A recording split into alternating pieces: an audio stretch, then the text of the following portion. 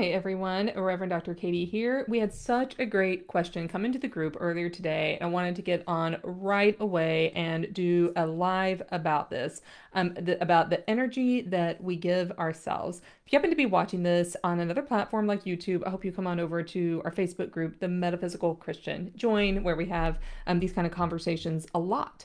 So the question was about how do I put time aside for myself? How do I give myself energy? How do I invest in my own spiritual well-being? When I have the head knowledge that I need to do this in order to be present for other people, like I know theoretically it's a good idea to spend time alone, to do things for myself, to invest in the hobbies, the things that I love. But that head knowledge doesn't always translate into action. So sometimes it can feel like there's an energetic block there. Maybe there's old programming. Our culture absolutely tells us that women, especially women, are to give unendingly, and not to do so is selfish. That is a toxic story. It's an old story. I'm inviting us all to release this story from our lives. Right? Investing in ourselves, in our time, in our hobbies, and the things that give us joy, in fact, is not selfish, but life-giving. In fact, it's part of our vocation. If we are here on the planet in order to experience joy, to experience the richness of life, that means cultivating the things that are life-giving and impassion us. All right. So now that we have that part out of the way, right, this is actually part of our vocation is to develop joy within ourselves, to develop joy within our journey. Let's talk about so a little bit more of the whys and the consequences of not doing that. So some of the whys, other than you deserve it, right? This is the biggest why. You absolutely deserve it. You deserve your own journey that is independent from anyone else whom you love. It is independent from a romantic partner. It's independent from children. It's independent from your siblings. None of them can satisfy your journey. And it's unfair to expect them to. No matter how much you love them and like doing things for them, they absolutely cannot satisfy this core part of yourselves, and it's not their job to.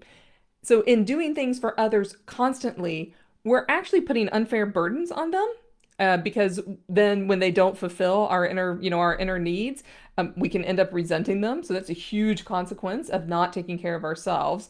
And it's unfair to expect them even subconsciously to do that for us. So that's one reason why we do need time for ourselves and energy for ourselves.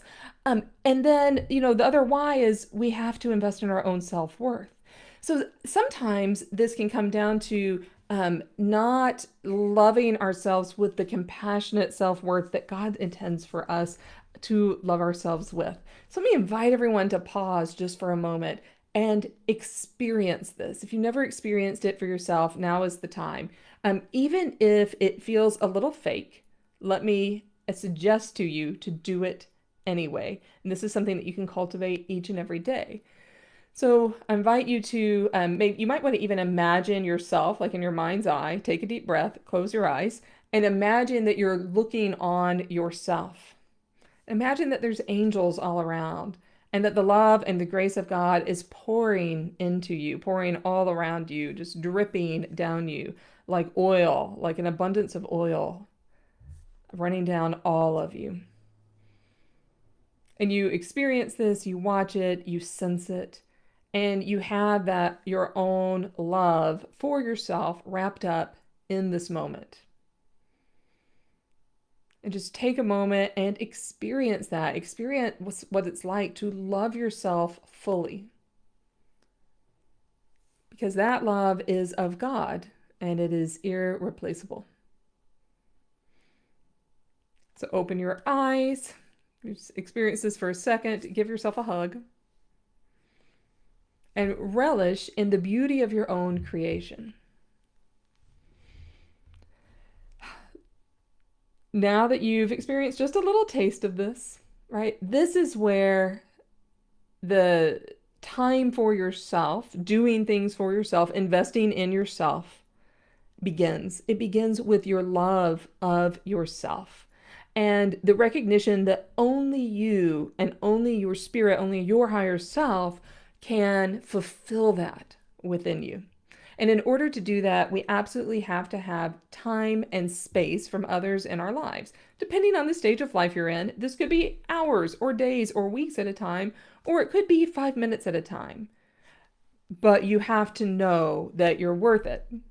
And so that self-worth piece is absolutely critical to beginning this journey. So I invite anyone who's feeling like this is selfish to convert the idea of selfishness, which is very gendered. It's something that's put on, it's never put on men. So men in the group, you have other things put on you, but this isn't one of them. But that energy of saying that this is selfish can be converted to self-love. So every time that thought arises, let me invite you just to pause and to say to that thought, hey, that doesn't seem like it's coming from me. Actually, I am worth this time.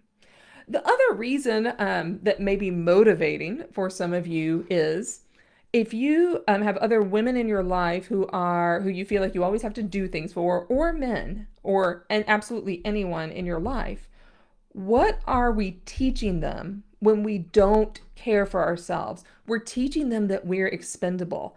And that lesson can get passed down generation to generation to generation.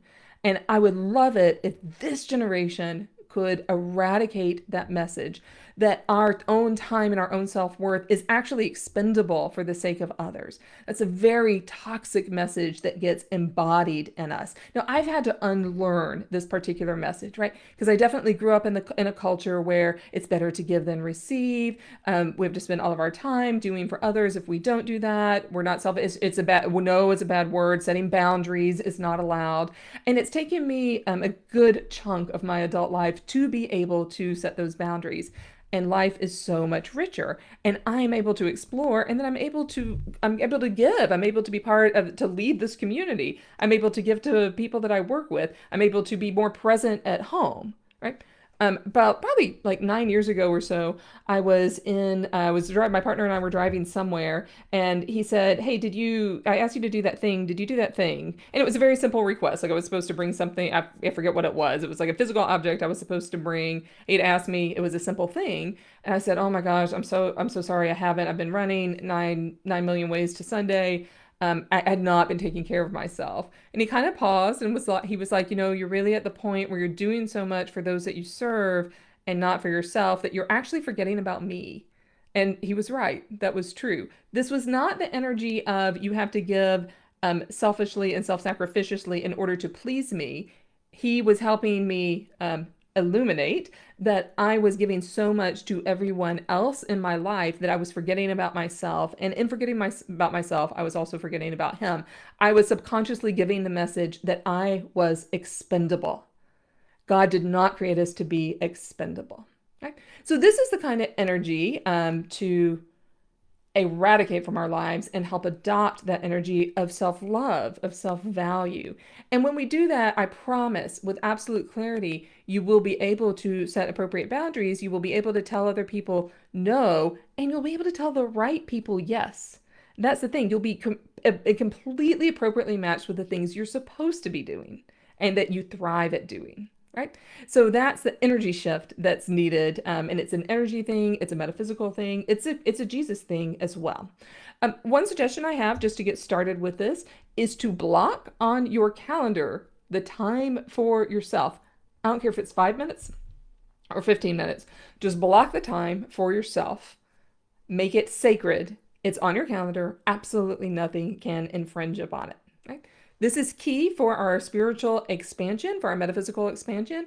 If we're not doing this for ourselves, we're going to stay stuck in the same place. And you are not meant to stay stuck in the same place. You are meant to grow your angel's wings and to expand. So I hope that this is helpful. Let me know any questions you have, what is resonating, what is not, and I will talk to y'all next time.